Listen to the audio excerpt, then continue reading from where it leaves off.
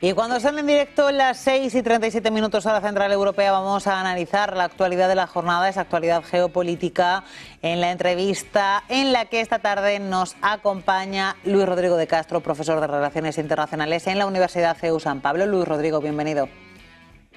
Hola, buenas tardes. Luis Rodrigo, lo primero que quiero comentar contigo es que funcionarios rusos aseguran que ya hay varios países que se han ofrecido como voluntarios para ser sede de las negociaciones para alcanzar una paz en Ucrania entre Putin y Trump. ¿Se te ocurre en qué países pueden ser? Porque ha dicho que hay países, pero no ha dicho los nombres. Claro, ahí está. Siempre digo algunos que han lanzado su propio plan de paz.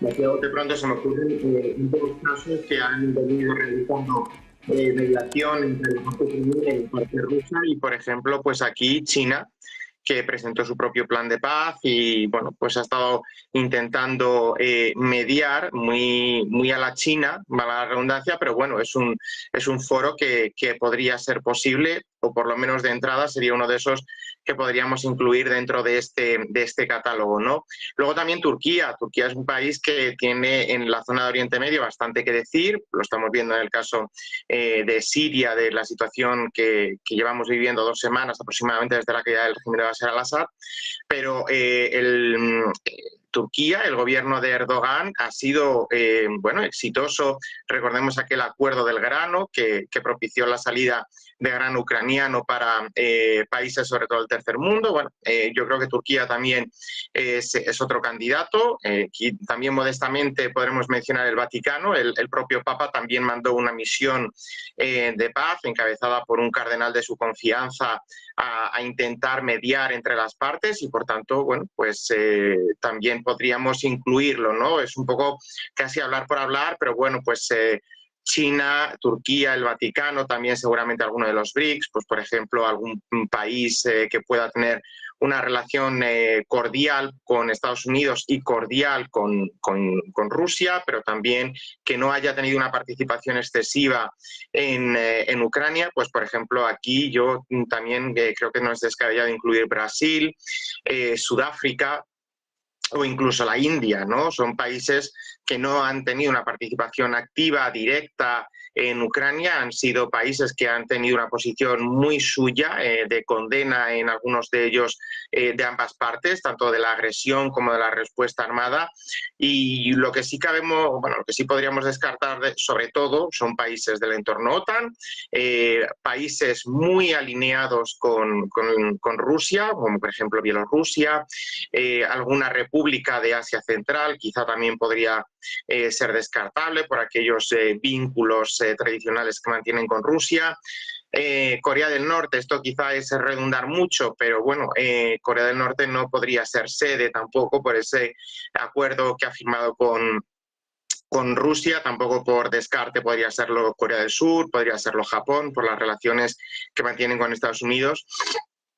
Pero quizá yo me quedaría sobre todo, o si tuviera que elegir uno de todos ellos, yo apostaría quizá por Turquía, ¿no? Creo que es un país que tiene buenas posibilidades o buena recepción por parte de Estados Unidos, porque es un socio de la Alianza Atlántica, es un país de la OTAN, pero también es un país que mantiene unas relaciones un poco escépticas, por lo menos es lo que hemos visto respecto a una participación activa en Ucrania. Erdogan tiene una relación también con Putin que bueno, pues no es la que puede tener Joe Biden, y eso pues también podría ser aprovechable, ¿no? Pero como digo, esto es quizá un poco andar a tientas, pero quizá pues Turquía tendría más bazas que China, muchísimas más por supuesto que el Vaticano, porque más allá de la modestia del territorio, la diplomacia vaticana puede jugar como ha demostrado en la historia de las relaciones internacionales, por ejemplo, en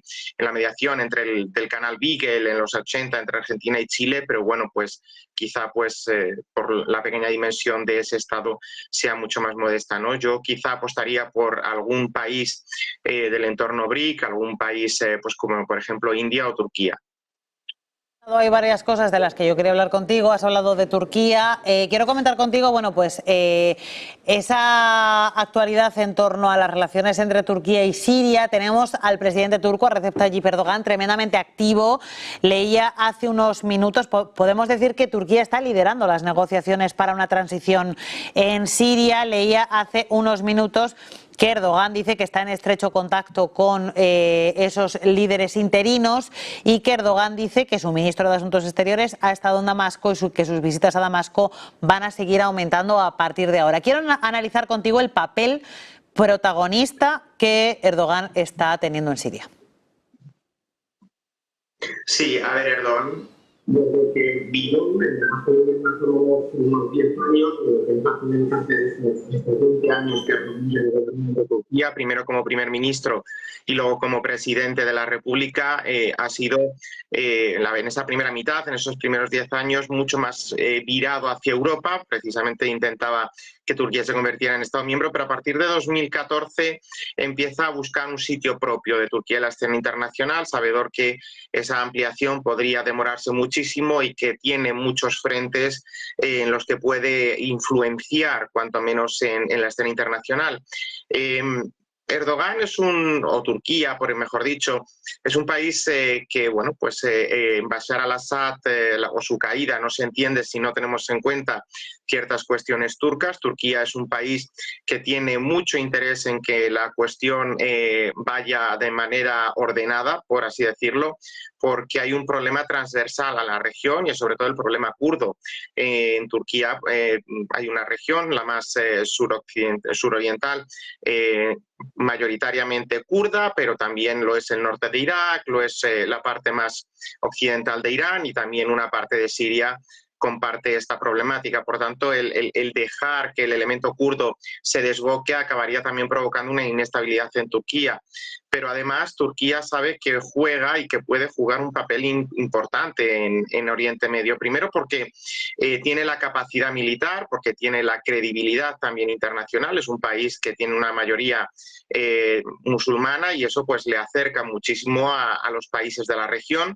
Es un país que a pesar de todo pues no tiene unas relaciones malas con Israel, por lo menos son cordiales, con lo cual también le acerca al elemento de conflicto entre Israel y Palestina, y además dentro de la conciencia turca hay cierto elemento de responsabilidad precisamente porque fueron zonas que hasta la caída del Imperio Otomano eran las zonas del sultán, eran territorios del sultán otomano que gobernaba incluso hasta ambas orillas de la península arábiga. Por tanto, hay una desde el punto de vista de la historicidad, de la conciencia colectiva turca, hay una conexión y hay una cercanía mucho más de lo que aparentemente puede aparecer viendo el mapa de la Turquía moderna. Pero Erdogan está en esas, jugando un papel que algunos han llamado de neosultanato, de neootomanismo, y sabe que puede ofrecer mucho y yo creo que es también positivo, ¿no? En Siria lo que menos conviene ahora mismo es que Siria se convierta en una nueva Libia. Ya vimos que Libia, a pesar de las intervenciones de Occidente y de todas esas manifestaciones, tanto por un lado como por otro, que vimos, Libia ha quedado en un estado fallido, en un estado con más problemas de los que tenía anteriormente a la caída de Gaddafi, y Turquía pues es consciente de que también es un país con una densidad de población que puede acabar migrando hacia Turquía, luego en último extremo hasta Europa, como en el año 2016, pero Turquía sería el primer país en ese tránsito hacia Europa y tendría que hacer frente a una serie de dificultades que ya vio hace 8 o 9 años, ¿no?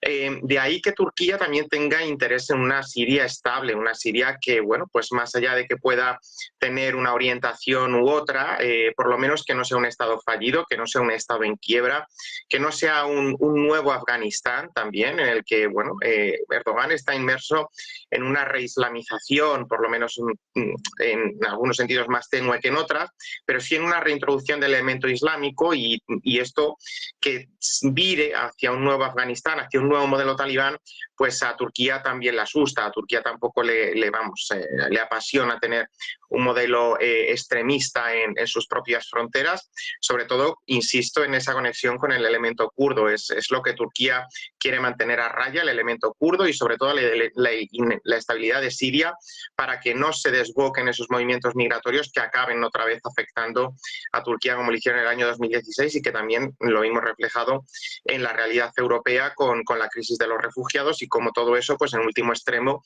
también reimpulsó cuanto menos los movimientos de extrema derecha que rechazaban todas las políticas migratorias de la Unión Europea. No vamos a entrar ahora sí con razón o no, pero Siria es un país que puede desestabilizar muchísimo. Yo creo que cuanto más implicada esté Turquía en esas negociaciones, en esas transiciones del poder que se están llevando a cabo, porque no solo se está produciendo una transición a nivel nacional de Bashar al-Assad al nuevo régimen, sino que también hay una reorganización territorial que puede suponer desde la implementación de la Sharia hasta un modelo de corte más laico, ¿no? Más aconfesional, bastante más parecido a lo que el régimen de Bashar al-Assad tenía implementado, ¿no? Y por no hablar de las mayorías cristianas en otro tiempo que persisten a pesar de todo en Siria, de los intereses rusos. Rusia ha quedado tocada, por lo menos en Siria, y como decía en la intervención anterior, pues Turquía es no el amigo, el mejor amigo de Rusia, pero sí es uno de los que mejor relación tiene con el régimen de Vladimir Putin en la zona. Y bueno, pues Turquía puede estar también influenciada por Rusia, con ese interés de que Rusia mantenga el control de las bases, aunque Rusia también seguramente estará haciendo lo suyo. Pero yo me quedo con eso, con el elemento kurdo, la necesidad de estabilizar Siria para prevenir nuevas crisis migratorias que, aunque luego acaben en Europa, no todas llegarán y acabarán también desestabilizando y podrían mermar también la confianza, o por lo menos el respaldo de Erdogan, que ya no es el que era en otros tiempos. Último, por la ampliación de los BRICS, citabas antes a los BRICS, así que también te quiero comentar sobre ese asunto, porque hemos sabido que Rusia ha confirmado que varios países han mostrado su disposición a convertirse en socios a partir del 1 de enero. Los nombres, pues tenemos a Bielorrusia, a Bolivia, Indonesia, Kazajstán, Cuba, Malasia, Tailandia, Uganda y Uzbekistán. ¿Qué país te llama más la atención? Pues quizá y ninguno, porque más o menos todos son muy próximos a Rusia, a los intereses rusos, pero bueno, podemos entender que Kazajstán pues tiene una extensión territorial, tiene una serie de recursos energéticos, sobre todo de gas, que podrían ser no competidores con los que pueden tener el resto de los BRICS. Obviamente no se asemejan ni por asomo a China o a los recursos que puede tener Brasil, pero bueno, Kazajstán no resultaría del todo raro. Sí que es verdad que hay otros como Uganda, como Cuba. Yo creo que, por ejemplo, en Cuba la situación es dramática, que el régimen castrista ahora con Díaz-Canel no tiene nada que ofrecer más allá de pobreza y quiebra de un Estado que en otro tiempo era conocida como la perla del Caribe, ¿no? Quizá lo que sí me llama la atención, por lo descarado que puede suponer, es la inclusión de Bielorrusia en este listado, ¿no? Bielorrusia es un país que es un apéndice de Rusia, en muchos sentidos es casi Rusia, precisamente por ese seguidismo que el régimen también de Lukashenko lleva haciendo. Lukashenko tendrá un nuevo proceso electoral en pocos meses, seguramente, y sin seguramente, porque lo viene haciendo desde hace 30 años, desde hace las 3 décadas que lleva gobernando el país, habrá un nuevo fraude electoral y las protestas arreciarán, sobre todo por parte de la sociedad civil, que viene siendo apoyada por parte de la Unión Europea. La señora Tijanóvskaya pues es muy bien recibida en la Unión, en las instituciones europeas. Pero bueno, aparte de que hay países que pueden, como decía antes, encajarnos más o menos, pues yo creo que, por ejemplo, el caso de Cuba, el caso de Bielorrusia, son ejemplos muy manifiestos de que Rusia por lo menos está intentando rusificar un poco los BRICS, más allá de que haya otros países que en otro tiempo pues podrían tener muchos más méritos y una situación mucho más estable, por lo menos desde el punto de vista interno, con un sistema mucho más consolidado y aceptado por parte de la población. Bueno, en otro tiempo se habló también de Argentina. Bueno, Argentina es parte también del G20.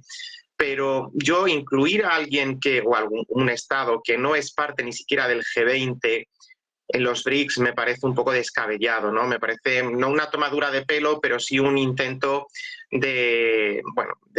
por parte del Kremlin sobre todo, de intentar meter a amigos en este club con tal de controlarlo mucho más de lo que ya lo hace. Bueno, pues ahora mismo se me está viniendo a la mente, por ejemplo, Indonesia, el día que Indonesia, o ante esa eventualidad de que Indonesia se convirtiera en un país de los BRICS, pues a nadie le sorprendería. Es uno de los países del G20, es una de las grandes economías de Asia, es un país que geoestratégicamente es muy importante porque es el país con mayor número de población musulmana, es uno de los grandes países territorialmente hablando también de Asia, en esa zona del ASEAN bastante clave desde muchos puntos de vista, ¿no? Es decir, Indonesia nos sorprendería como sí lo hacen todos estos que has mencionado, ¿no? Pero yo sobre todo me chirría sobre todo el caso de Bielorrusia, pero también muchísimo más el de Cuba.